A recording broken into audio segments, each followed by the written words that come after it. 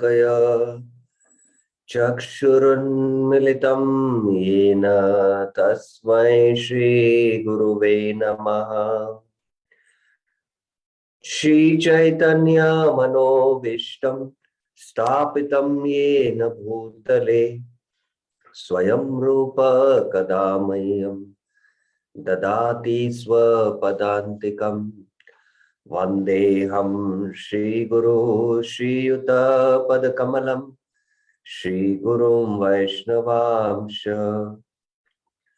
श्रीरूपं सागरजातं सहगण रघुनाथान्वितं तं सजीवं साद्वैतं सावधूतं परिजनसहितं कृष्ण चैतन्य देवं Shri Radha Krishna पदान् सहगण Lalita श्रीविशाखान्वितांश्च।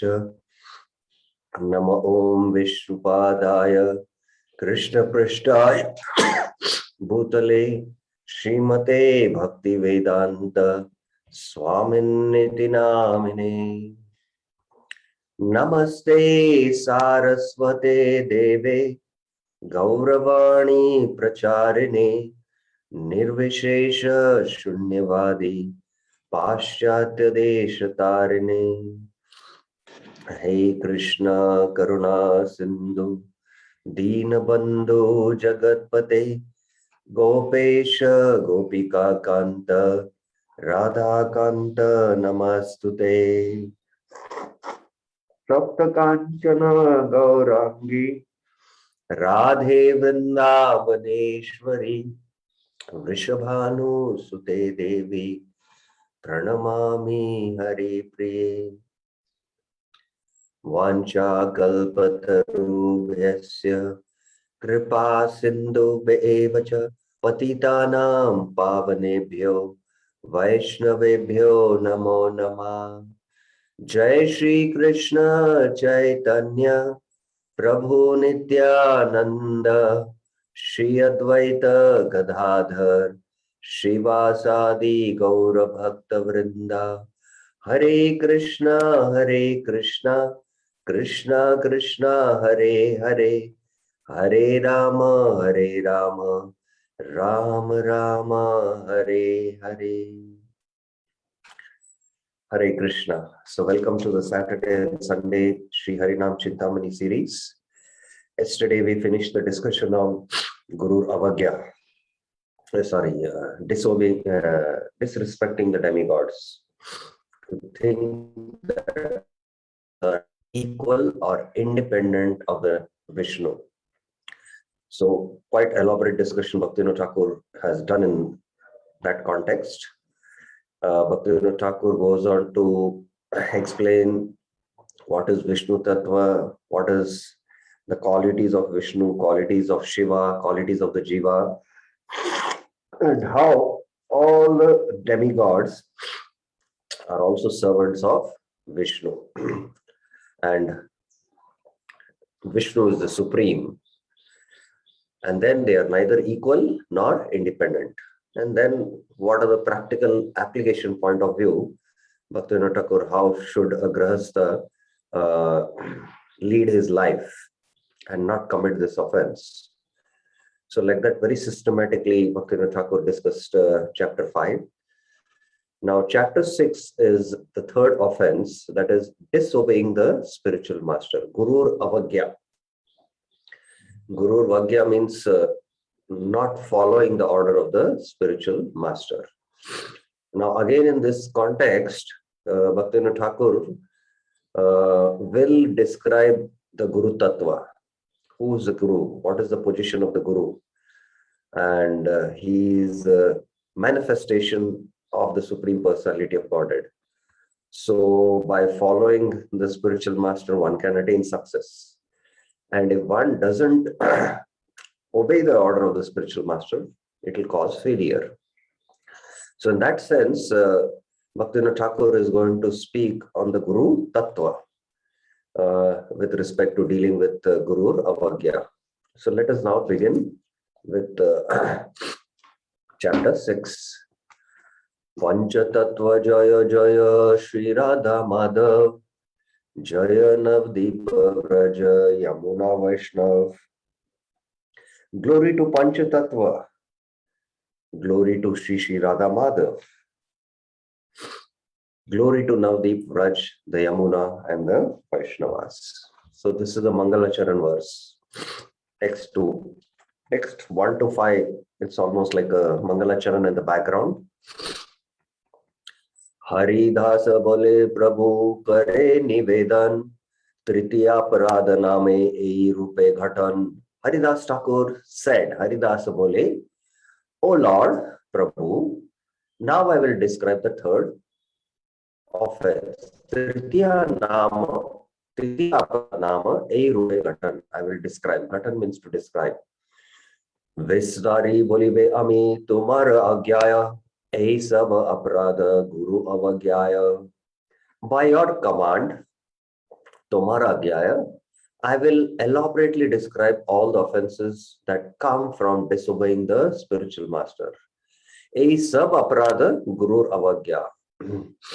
All the offenses come from disobeying the spiritual master. This is a very interesting point to be noted, that when we disobey the spiritual master, then all the offenses happen. So what is all that? We'll go into it. So first he gives the background.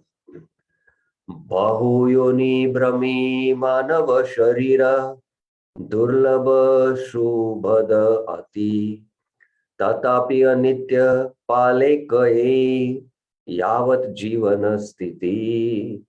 After wandering through many different species of life, Bahu Yoni Brahmi, a very fortunate soul attains the rare human body, Manava Sharir, and that too it is Durlabh. It is very, very rare, and it is Shubhada, Shubhada Ati. It is very, very great fortune to come in the human form of life.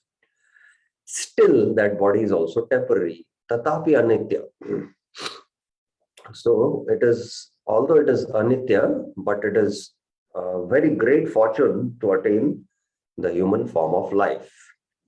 Now here is a footnote. Wandering and wandering in the 84 lakh species of life, by the power of some unknown pious deed, Agyat Sukriti, the conditioned soul will obtain a human body. The human body is rare, for in the human body one can engage in activities that lead to the highest goal of life, activities that cannot be performed in other bodies. In the body of the demigod, the soul may only enjoy the result of past pious deeds, but he may not perform activities for spiritual advancement. In the bodies of birds, beasts, and other like creatures, bodies filled with ignorance, the soul has no independence and also cannot perform activities for spiritual advancement. Therefore, only the human body is suitable for worshipping the Supreme Personality of Godhead. So this is how rare the human form of life. In the Devata body, one is enjoying his past pious deeds, whatever he have done, he does and just enjoys that.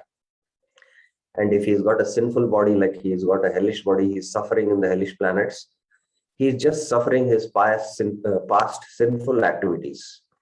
But only in the human form of life can we perform spiritual activities. So that's how rare is human form of life. Now, anyone can quote a very similar verse in the Bhagavatam, which explains text 4. Anyone can recollect? Anyone would like to say which is the verse which... Yes, Maya Narasimha Prabhuji. Prabhuji, there are many verses, sir, but I would like to quote one of them or two today.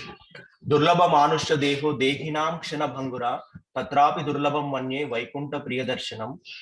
One more is that Nurdeha Madhyam Sulabam Sudurlabam Plavam Sukalpam Gurukarna Daram Mayanu Kulena Nabaspateritam Puman Bhavabdim Nataretsa Atmaha. Yes. Yeah. So the best verse, which I think one you quoted was from the Prahlad Maharaj teachings. So I have quoted here. It's a very interesting verse from the 11th canto. Naradeha madhyam sulabham sudurlabham plavam sukalpam guru karna dharam mayanukولेन nabasveti dhirdam umam bhavabdim nataretse atmaha. Naradeham, the human body, it should be the Naradeham, which can award all benefit of life, Adyam, is automatically obtained by the laws of nature, Sulabham. So it's very Sulabha. Sulabha means as you evolve through the lower species of life, slowly the consciousness evolves, and ultimately, automatically you come to the human form of life. In that sense, it is Sulabham. So also, although it is Sulabham, but it is Sudurlabham. So very beautiful way in Sanskrit this verse is there. Although it is Sulabham, but it is Sudurlabham. Although it is very rare achievement. It's a rare achievement that somebody is there in the human form of life. This human form, this human body can be compared to a perfectly constructed boat. Plavam sukalpam. Again, here su is used. Kalpam means plavam is a boat. And having the spiritual master as the captain, Guru Karna Dharam. So once one gets a human form of life, it is pertinent or mandatory that one has to have a bona fide spiritual master who acts like a captain of the boat. And the instructions of the personality of Godhead as favorable winds impelling it on its course. Mayanukولेन nabasva swa te ritam. Nabasva means the wind which is blowing. Just like the boat in the ocean will go in a direction where the wind blows. So the Vedas or the teachings of the Lord, like the Bhagavatam and Gita, when we read, it is like our boat which is going to the lotus feet of the Lord in the spiritual world. Considering all these advantages, a human being, Puman, who does not utilize this human life, Natarait, to cross over the ocean of material existence, Bhavabdhem, must be considered the killer of his own soul. The Atmaha, he is like a killer of his own soul. So this is also what Bhaktivinoda Thakur is mentioning. Durlabham Shubhadati. It is Durlabham and it is very, very Shubhada. It is great fortune. Text 5. Paramamangala labhi bare tare yadi na yatana kare punaraya bhave anitya sharira labhiya abhara mare. If he does not struggle to attain the supreme auspiciousness, Paramamangala, the soul will again take birth in another temporary body and again die. Punarapi jananam, punarapi maranam. So if in the human form of life, he doesn't attain perfection and attains a spiritual body, then again he has to take up a human body or a lower body and back in the cycle of birth and death.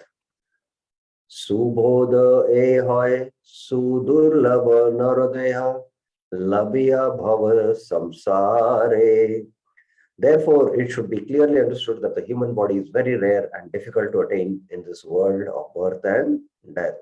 So all these verses together, the 11th canto reference quite aptly fits. Now, from text 6 to 8, Bhaktivinoda Thakur mentions how the soul residing in the world of birth and death must take shelter of a bona fide spiritual master. So now, because this human form of life is rare and it is compared to a boat, So now the boat has to have a captain. So he comes to that point of taking the shelter of a bona fide spiritual master. Guru Karnadhara Sam Samashraya Kari Krishna Anukule Tare. Taking shelter of the spiritual master, who is the captain of the ship, and with the help of Lord Krishna, the soul crosses over the ocean of birth and death. So the way for us to cross this ocean of birth and death is to first take shelter of the spiritual master, and he is compared to the captain of the boat, and then take the help of Krishna in the form of Vedic literatures. Only by taking help of these two can the soul cross the ocean of birth and death. So again, there is a long footnote. The spiritual master is the only captain of the ship to carry the fallen souls across the ocean of repeated birth and death.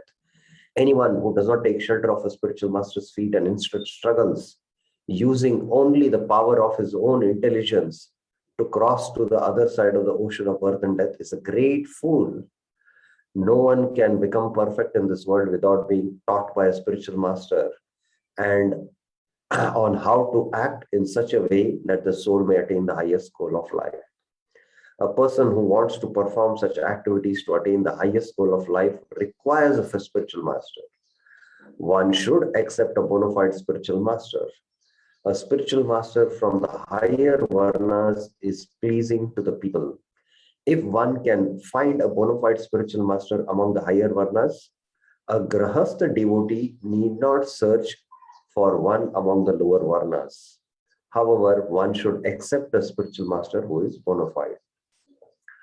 So how important it is for taking shelter of a spiritual master, by which that is the only way we can cross the cycle of birth and death.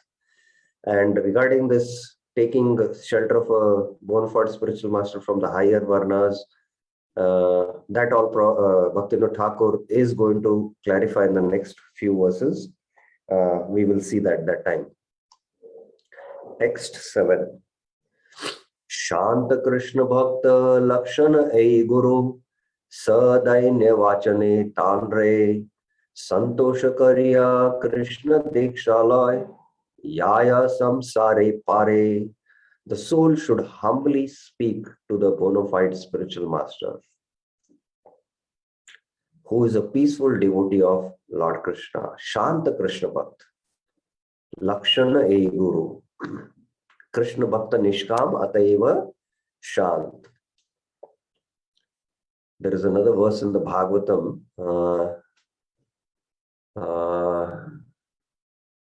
I'm not able to recollect. I think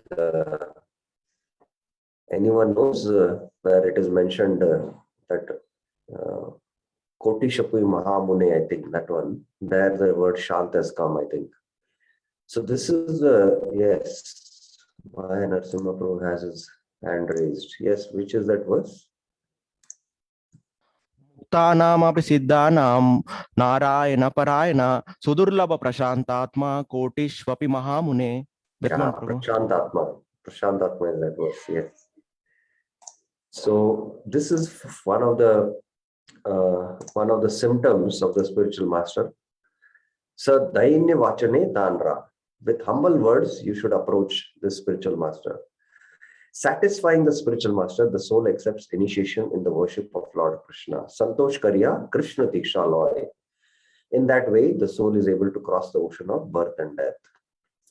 So one should humbly approach the spiritual master who is peaceful, and one should satisfy the spiritual master and cross over the cycle of birth and death.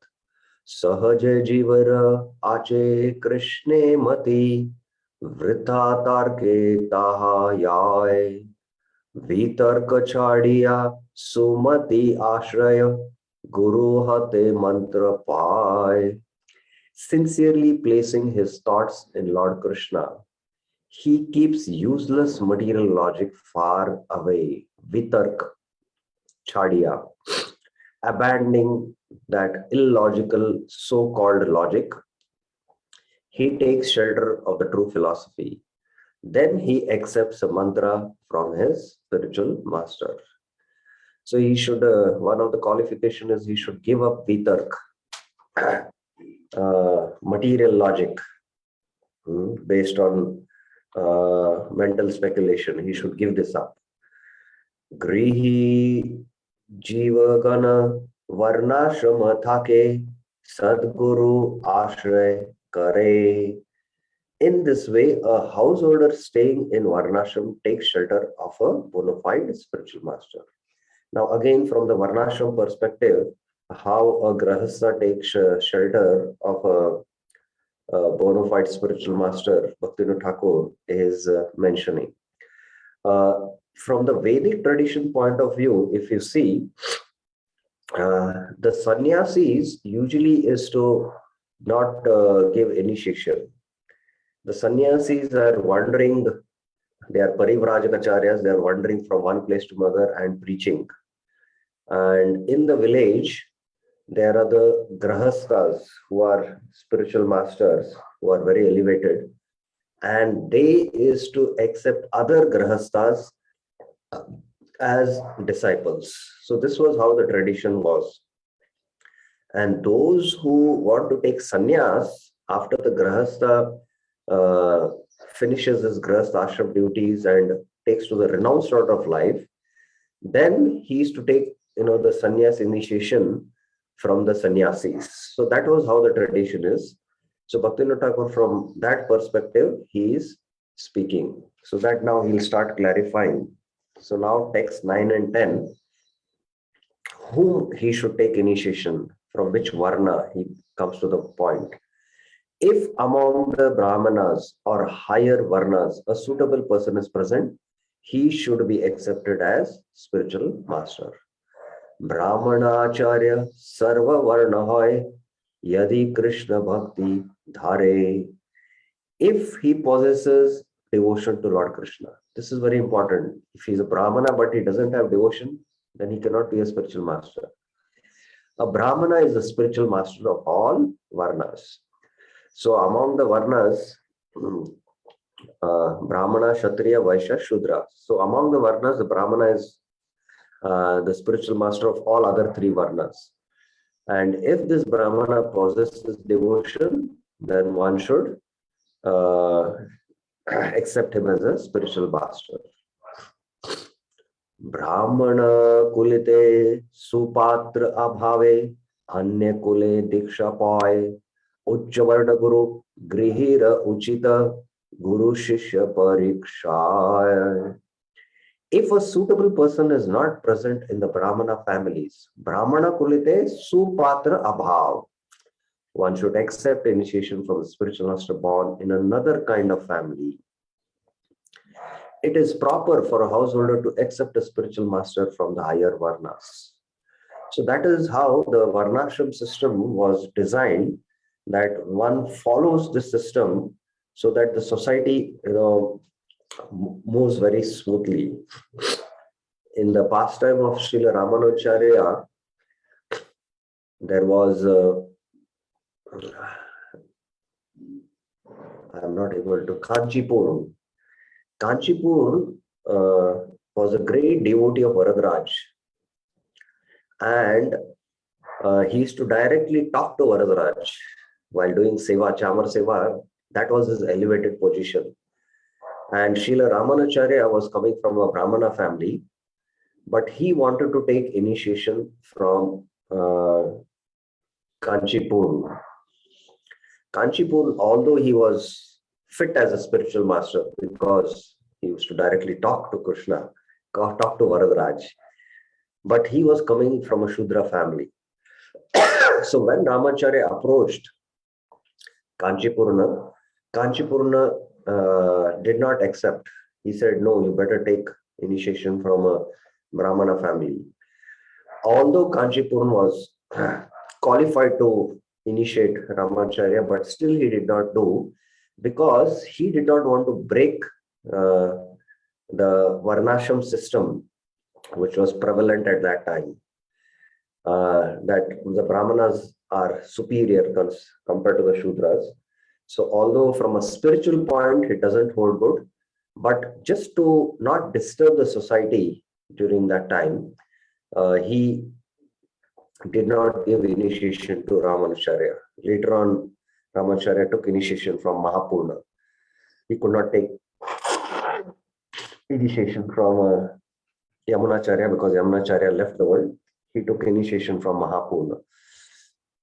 So it is proper for a householder to accept a spiritual master from the higher varnas. The prospective spiritual master and disciple should examine each other to see if they are qualified as master and disciple. Now, this is a very, very important principle which has to be carefully studied.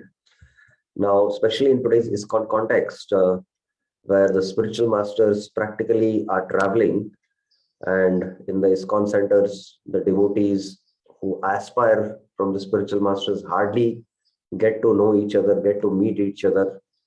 It is the job of the counselor to actually see that whether the disciple is having that kind of inclination towards that spiritual master or is just taking it for formality. So all that has to be done by the counselor, because the spiritual master is always traveling and it is difficult for him to examine. In fact, if you see in the life of Loknath Goswami and Narottam Das Thakur, so Loknath Goswami was ordered by the Lord in the dream to initiate Narottam Das Thakur. And the Lord also came in the dream of Narottam Das Thakur and he told, go to Vrindavan and take initiation from Loknath Goswami. Although both Narottam Das Thakur and Loknath Goswami were ordered by the Lord, when Narottam Das Thakur came to Vrindavan, immediately he met Loknath Goswami and asked for initiation. Loknath Goswami denied. And he said that I will test you for 1 year. For 1 year, I will observe you. And then after I'm satisfied by examining you, then only I'll give initiation. So this is a very important principle, both for the spiritual master and the disciple. Because if the disciple has not developed that kind of affinity and attachment to the spiritual master, and he doesn't have that kind of surrender to the spiritual master, then what happens is that when the spiritual master orders, he will not follow the orders, and that will be Guru Avagya. We should have so much love for the spiritual master that whatever the spiritual master orders, we are ready to follow that order. And that is why this examination is very important. Whenever there is love, then we just follow the orders. The Brajbasis had love for Krishna. Such was their deep love that they were ready to do anything for Krishna. When after the Kalya Daman Leela, it was late in the evening, everyone was tired, so all decided to sleep on the bank of Yamuna in a forest. And suddenly in the night, there was a forest fire.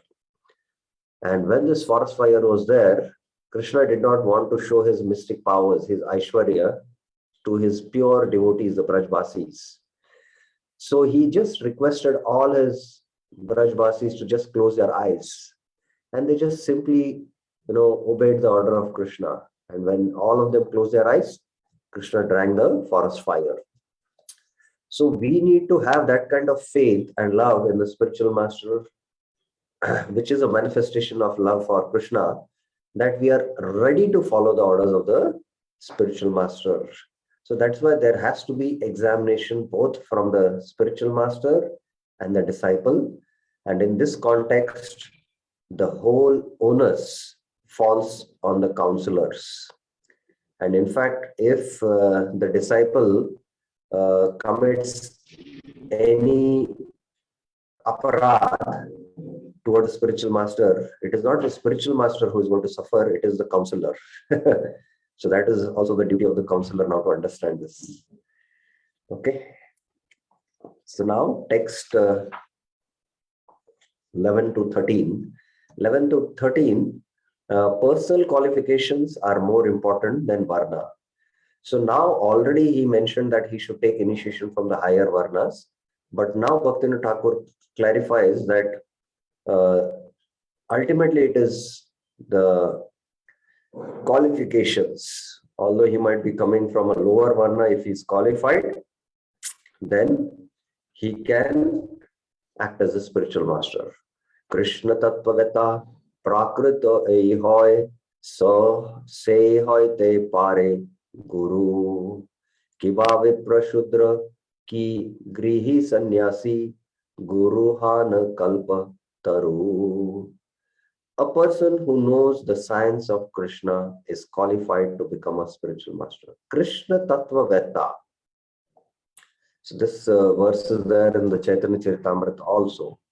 Whether he is born in a Brahmana or a Shudra, or whether he is a Grahastha or a Sannyasi, a bona fide spiritual master is like a Kalpa Vriksha.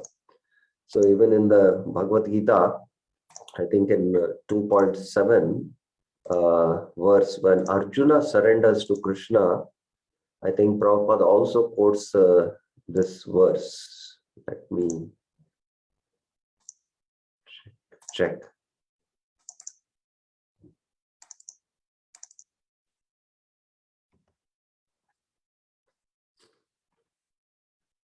Not 2.7, maybe 2.8. Yeah. Kiba vipra kiba nyasya shudra kena hoy ei Krishna tattvaveta sei guru hoy. So very similar verse Bhaktivinoda Thakur is quoting. Varnera maryada patrera vichar paramarte lagu ati supatra milina prayojana sada yadi chai shuddha rati. The varna of the spiritual master is not very important. His personal qualification are what is important, what is needed. If one sees that a person has these qualifications, he should have faith in him as a spiritual master. So Varnera Maryada. So Goshti Purna, just to maintain the Varna Maryada, he did not initiate Ramacharya, but here Bhaktivinoda Thakur is making it very clear that is not so important. And now there is no Varnashram which is there where the society will be disturbed. That is why we see that we can take initiation from the spiritual master who is not coming within the Varnashram. He's not a Brahmana also. Today in ISKCON, Srila Prabhupada initiated so many Western disciples, and they are not coming from a Brahmana family, but still we are accepting as spiritual master. So one of the families I know, they were from Gujarat and they were coming from a very traditional Sri Sampradaya.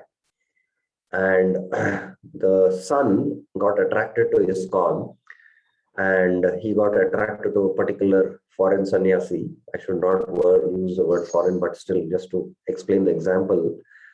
And he wanted to take initiation, but his members were all very much against. He said, how can you take initiation from a foreign sannyasi? You have to take initiation from our sampradaya who are coming in the Brahmana family, who are sannyasis. They are from the Sri Sampradaya. So there was a lot of tussle within the family. At last, the father was so adamant. He said that if you take initiation from this foreign sannyasi, then you will have to cut all connections with our family. And I will not give you any inheritance, what you are supposed to get. That was how strict this family was. But at last the son decided to take initiation in ISKCON. And later on things settled down, but that was how system was. So that is why Varna is not important, but Maryada is there. But most important is the personal qualifications. Supatrera prapti mula prayojan pavitra suvarna hena tahe tucha varna labhiya samyog su sohag suvarne yena. Personal qualification are the root of a person's qualification to be a spiritual master. Supatrera prapti mula prayojan. Such a spiritual master is like a pure gold. Suvarna, Pavitra Suvarna. If one meets such a person among the higher Varnas, then that person is also like gold. So personal qualification is the criteria. And if he's having that personal qualification, he's that spiritual master is like gold. And if he finds like that in the higher Varnas, that person is also like gold. So that's how Bhaktivinoda Thakur makes it clear. Now, text 14 and 15, Bhaktivinoda Thakur mentions a person who has renounced Grahastha life should take shelter of a spiritual master who is not a Grahastha. So this was the rule with the एकोनो कारणे से ही गृही धर्म छाड़ी अन्य आश्रम लॉय ताहे परमार्थ ना पाया शेष साधु guru anveshaya. A person who, for whatever reason, renounces grihastha life and accepts another ashram, that is the sannyas ashram or the vanaprastha ashram, who at the end has not found direction in spiritual life, should seek out a saintly spiritual master. That means he should actually take a shelter of a sannyasi only, because now he has renounced the grahastha life. So clear verse. Tahara pakshite agrihi acharya prashasta sakala mate Tandra diksha shiksha pai se jana bhashe nama rasamrite. Everyone agrees that a non-grahastha spiritual master is the best for such person. That means he should be a sannyasi. Accepting diksha, initiation, and siksha, instruction from that spiritual master, the disciple swims in the nectar of the holy name. So there is a footnote. A person who has renounced grahastha life must accept a bona fide spiritual master. For him, the appropriate spiritual master is a spiritual master who has also renounced grahastha life. So there is a grahastha and the grahatyagi. So from that point, Bhaktivinoda Thakur is mentioning. I explained that in the 18th and 19th century, Bhaktivinoda Thakur, when he was writing this book, there were only two ashrams, the grahastha and the grahatyagis. From Gaudiya perspective, it is only Bhakti Siddhanta Saraswati Thakur who introduced the Varnashram in the form of sannyas and brahmacharis. So it means that he should be a sannyasi. And we see Gaur Govind Maharaj, he had given up the ashram and he was wandering mendicant in the Himalayas. And ultimately he met Prabhupada and he took shelter of Prabhupada and got initiated from him.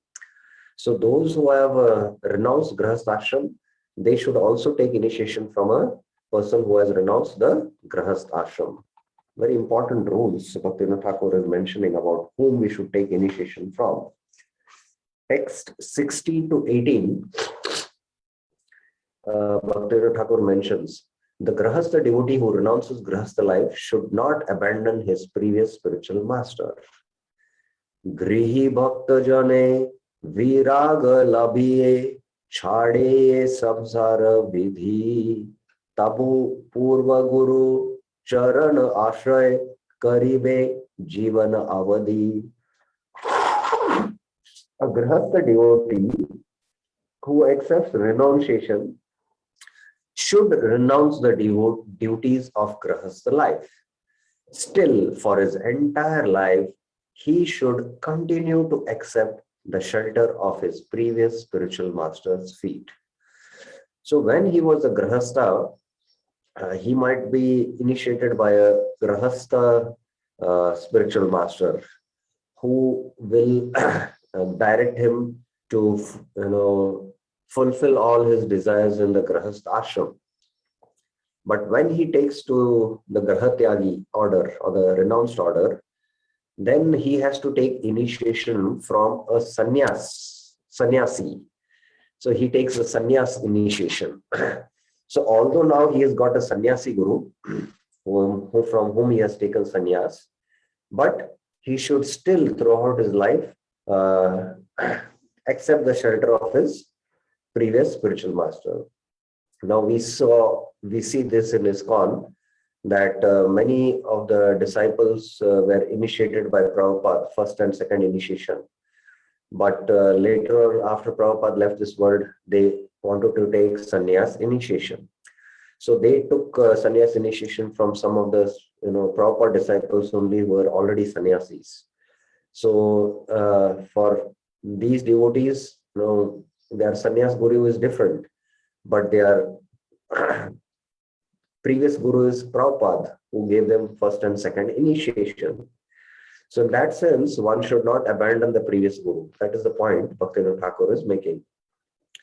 Grihi janamade grihi guru shashta yadi shuddha bhaktahan na tuva agari suyoga hoila guru yoga sarvashan. Among grahastas, a grahastha spiritual master, if he is pure, shuddha bhakta, is glorious. Grihi janamade grihi guru shashta means if he is very pure, then you should accept. However, a grahastha spiritual master is not very good for a non-grahastha disciple. One should always accept a spiritual master who is appropriate. So this is a very important consideration. A grahastha devotee should accept a bona fide spiritual master who is also a grahastha. He should not accept a bona fide spiritual master who is not a grahastha. So one who is a grahastha, he should accept a grahastha spiritual master. And one who is a sannyasi, he should accept a sannyasi only as a spiritual master. Sadguru pai bhajite bhajite bhavera uday yabe samsara virakti samsara chadiya vairagi hobe tabe. Attaining a bona fide spiritual master, one should worship him. When ecstatic love, bhava, arises within him, the devotee becomes disinterested in grahastha life. Abandoning grahastha life, he accepts the order of renunciation. So here is a very important consideration for devotees in ISKCON who are in the grahastha ashram. So if they ask, when am I qualified to give up grahastha ashram and maybe take the sannyas order of life? When we attain bhava. Only when we attain bhava stage, then we completely become renounced. Vasudeve Bhagavati Bhakti Yoga Prayojita Janeti Ashu Vairagyam Jnanam Tad Ahetukam 1-7. So Vairagya fully manifests at the stage of bhava. That's how Vishwanath Chakravarti Thakur explains that verse. Bhakti Yoga Prayojita means, Vishwanath Chakravarti Thakur says, that one is in relationship with Krishna in specific moods like Dasya, Sakya, Vatsalya and Madhurya. So at the stage of bhava, one's rasa with Krishna is revealed. In what rasa he is worshipping Krishna, whether it is Dasya ras or Sakya ras or Vatsalya or Madhurya. At the stage of Nishtha, his inclination is very clear and he starts practicing Raganuga Bhakti and he's following a particular Vrajvasi. But at the stage of bhava, his rasa is actually revealed with Krishna. He's got now 100%, almost 100% attraction to Krishna and he's completely detached from matter. At this point, a grahastha is qualified now to take sannyas. So this is a very, very important and a clear verse about this. Now, in the next text onwards, 19, there is only one text. He is making that point again. A devotee who accepts a renounced ashram should accept a renounced spiritual master. Vairagya ashrama grahanete tyagi purusha hoibe guru tahara charane shikibe viraga guru shishya kalpa taru. A person who has renounced grahastha life should accept a spiritual master from the sannyas ashram. So this, I made it again very clear. There is a footnote. A grahastha who has accepted a renounced ashram must be qualified sannyasi, spiritual master. So he has to take a initiation from a sannyas guru. Taking shelter of his feet, the devotee learns renunciation from him. That spiritual master is a kalpavriksha tree of good instructions. So that sannyasi, when he initiates the grahastha into the sannyas order of life, he will give instructions on the renounced order of life. Like Chaitanya Mahaprabhu gave instructions to Raghunath Das Goswami when he was a grahastha, that, be in your ashram and don't do Markata Vairagya, and just worship Krishna internally and externally, be like a pound and shelling man. And then when he developed Vairagya, he came and took shelter of Chaitanya Mahaprabhu. That time Chaitanya Mahaprabhu instructed him on the renounced order of life. Beautiful instructions are there by Chaitanya Mahaprabhu to Raghunath Das Goswami. So he will be instructed in the renunciation. That's how the grahastha will become a grahatyagi and take initiation from a sannyasi. Now, from text 20 to 21, he explains Diksha Guru and Shiksha Guru must be honored equally.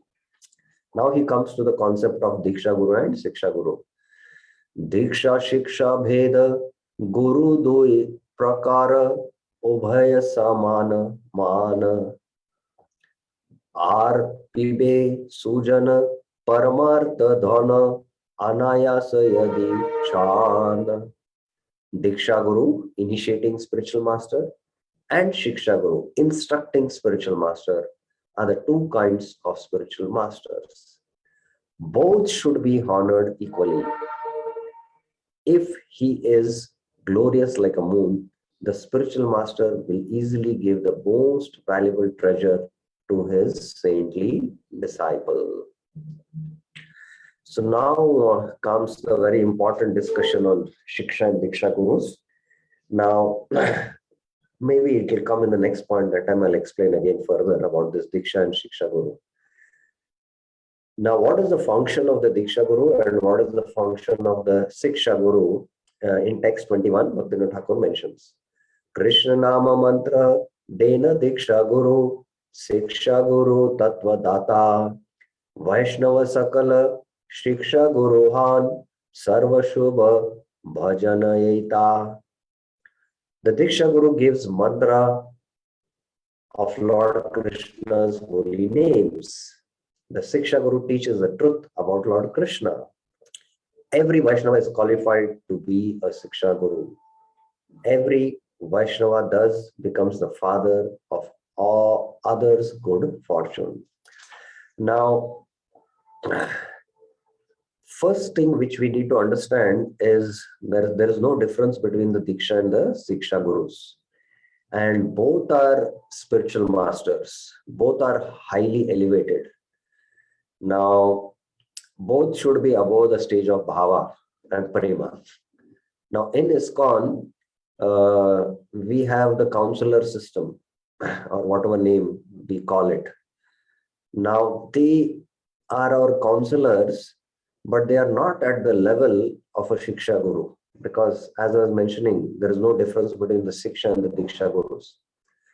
So the Shiksha Guru, in one sense, is very, very elevated because he gives instructions about the Tattva of Krishna. But what we have in our ISKCON system is the counselor who is experienced, who has 10-15 years spent, and he is able to guide a small group. But we should understand who is actually a Shiksha Guru. Shiksha Guru is a very, very elevated spiritual master who is he is a Uttamadhikari, and he has realized the truths. So that is the difference. So here in the chart, maybe I have, the functions of the Guru. To give mantra, Diksha Guru he gives the mantra, and gives spiritual knowledge, the Shiksha Guru. So the Shiksha Guru basically gives spiritual knowledge. Now, in one sense, Prabhupada mentions in the purport to Dhruva Maharaj pastime that there are three types of spiritual masters. Pada Pratasyaksha Guru, Shiksha Guru, and Diksha Guru. So Prabhupada explains there that Suniti showed Dhruva the direction that you go in the forest and you will find the Lord. So in that sense, she was her Pada Pradakshaka Guru or Vartama Pradakshaka Guru.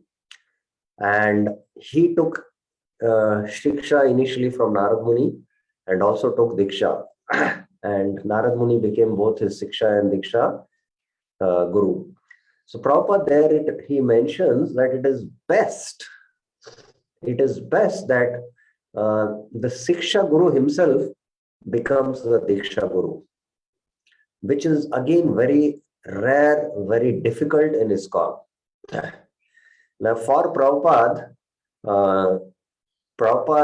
first heard from a spiritual master Srila Bhakti Siddhanta Saraswati Thakur, and he started taking instructions.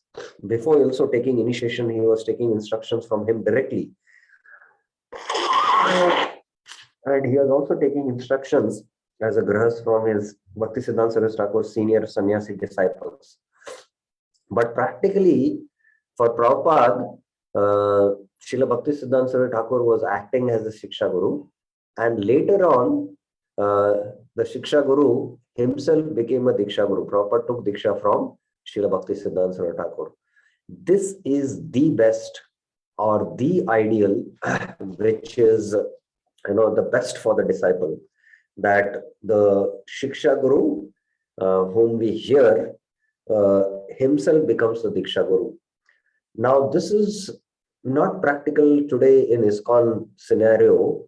The reason being that we don't get opportunity to every day hear from the spiritual master who gives a Shiksha. And hearing that Shiksha, we get attracted to him and then we take Diksha. It doesn't happen. In ISKCON temples, there are many other devotees who give classes. So, Jiva Goswami in his Sandarbhas explains that there are three types of gurus. He says Shravana Guru, Shiksha Guru, and Diksha Guru. Shravana Guru means from one whom we hear spiritual knowledge. He is a Shravana Guru, he says. And Shiksha means one who instructs specifically on how to make advancement in spiritual knowledge, spiritual life. And the Diksha Guru is the one who gives mantra. So in one sense, it is best the Shravan Guru becomes the Shiksha Guru and later on the Diksha Guru. Now, Prabhupada heard Shravan, he did Shravan first time directly from Bhakti Siddhanta Saraswati Thakur. So in that sense, that time he was his Shravan Guru. And later on, he started taking instructions from Bhakti Siddhanta Saraswati Thakur. So then he became his Shiksha Guru. And later on, Prabhupada took initiation from Bhakti Siddhanta Saraswati Thakur. So then that's how he became his spiritual master, his Diksha Guru also.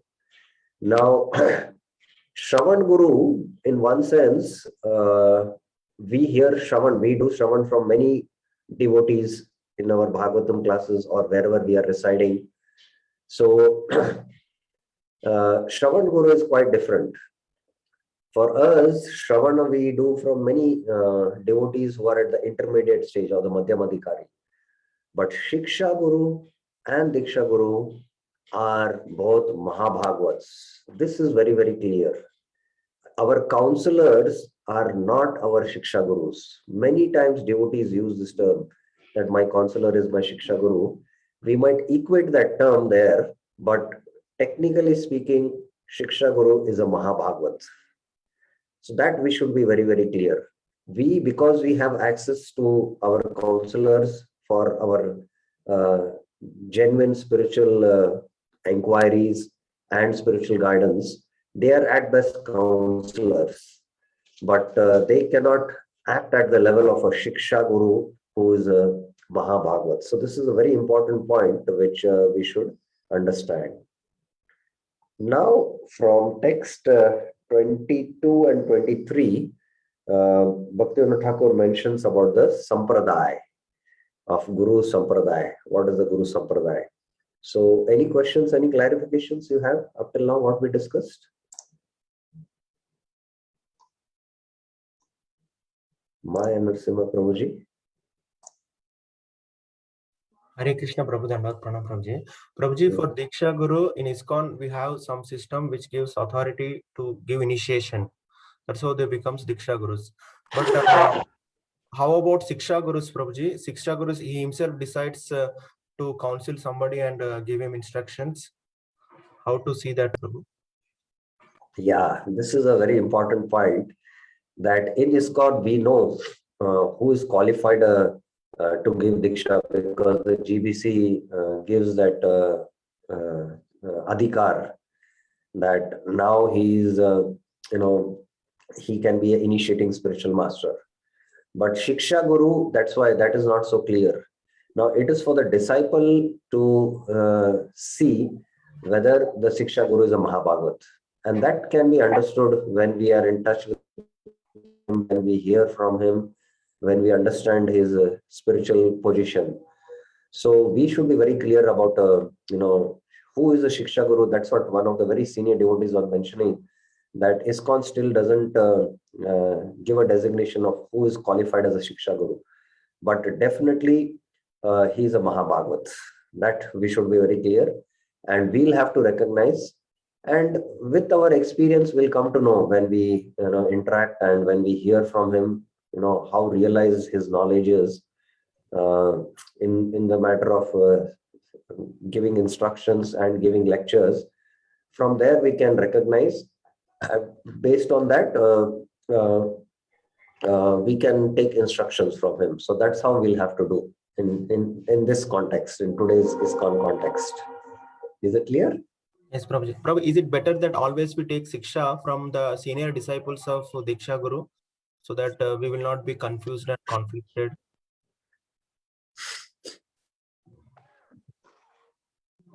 Can you repeat your question once again? Can Siksha Guru be most ideally, it could be the senior most disciple of the same Diksha Guru, because the teachings and mode should not get confused for the sadhaka, because spiritual master, the Diksha Guru tells something and the Siksha Guru's mode is different. Now, again, you're confusing two things.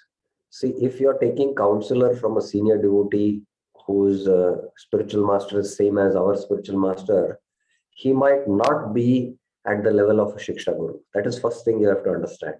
Okay, bro. He might not be at the level of the Shiksha Guru. Now, there can be other spiritual masters who might not be initiating spiritual masters who can act as our Shiksha Gurus. Who can act, definitely. There's no doubt about it. But it depends, the mood. Now that mood will, when we interact with them, when we spend time with them, it is Sajati Snigdha, Shvato Varya. Whether we have like-mindedness with them, and if that gels, then we can definitely take, there's no doubt. But on a regular basis, for our spiritual life, we might be in touch with our counselors. That is a different issue. But when there are some things which are very disturbing to our heart, where we need some deep spiritual solace, or we need guidance, which is very crucial in our life, at these points, we cannot rely on our counselors, and we might seek deeper guidance. We might go into deeper meditation, and that time we might feel that it is better directly we have taken some serious decision in our life, then we'll have to either take instruction from the Shiksha Guru or the Diksha Guru, because only that kind of instruction from the Shiksha or the Diksha Guru will help us to take a decision. Now, I'll give you an example. There is one devotee here who is a Grihastha and is a businessman, but his Shiksha Guru is also a sannyasi. He's a sannyasi, so very elevated. But yet, he wanted to full-time leave the business and full-time devote his time to the temple. He had, he had made good amount in his business and he wanted to retire in his business and be a sleeping partner and full-time dedicate his life for the temple activities.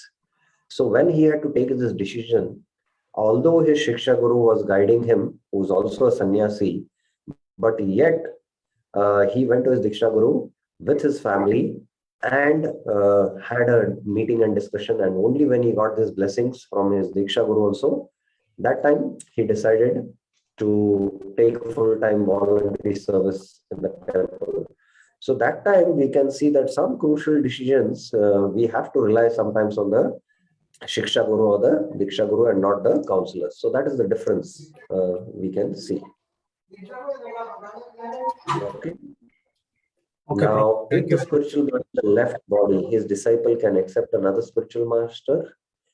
Uh, no, see, the connection of the disciple and the spiritual master is eternal. And although the spiritual master in the spiritual world, he can always have an eye on the disciple, and he can guide the disciple to another instructing spiritual master who will guide him in spiritual life. So it's not that if the spiritual master leaves the body, then all the disciples who are initiated by the spiritual master, they take again initiation from some other spiritual master. This is a bogus idea, so we cannot entertain such kind of an idea. The relationship between the spiritual master and the disciple is an eternal relationship.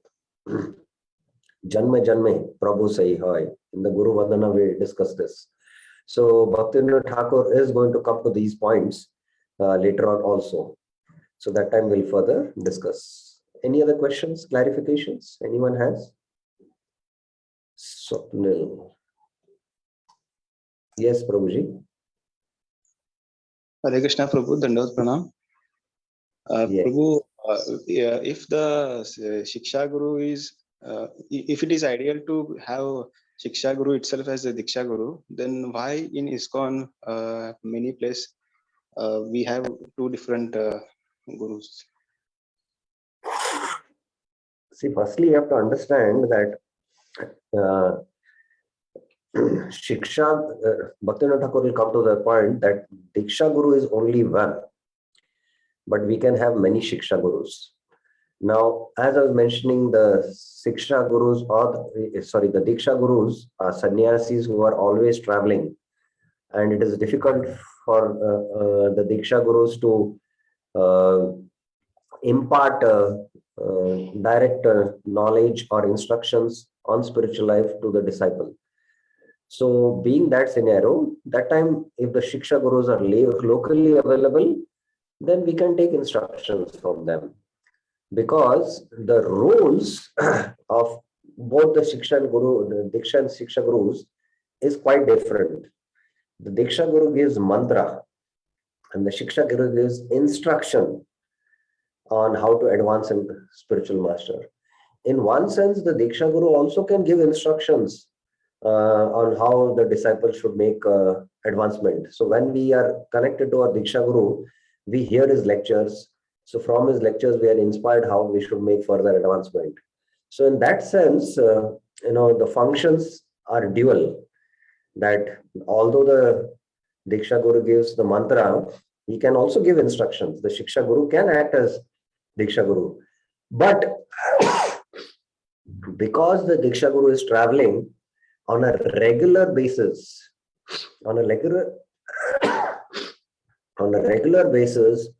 it might be not practical that we can get regular instructions on our spiritual life from the Diksha Guru.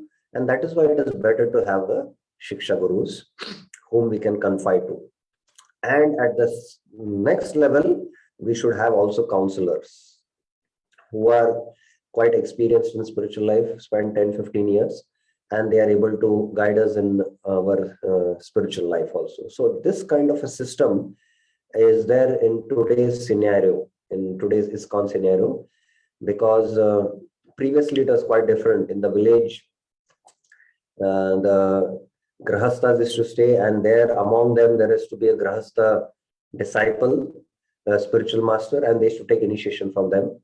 And then there were the wandering mendicants who used to never stay in the villages. They used to wander from one village to another village preaching.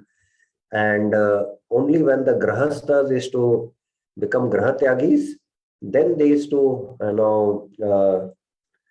take initiation from the sannyas, take the sannyas diksha, and they also used to wander. So like that, the system was there, and that is how the system now today is there in present scenario. Okay. So we will stop here. There are only few more verses in Harinam Chintamani chapter 6, which we will take up in the next class and finish this chapter. Thank you very much. Srila Prabhupada ki jai. Srila Bhaktivinoda Thakur ki jai. Shri Harinam Chintamani ki jai. Hare Krishna.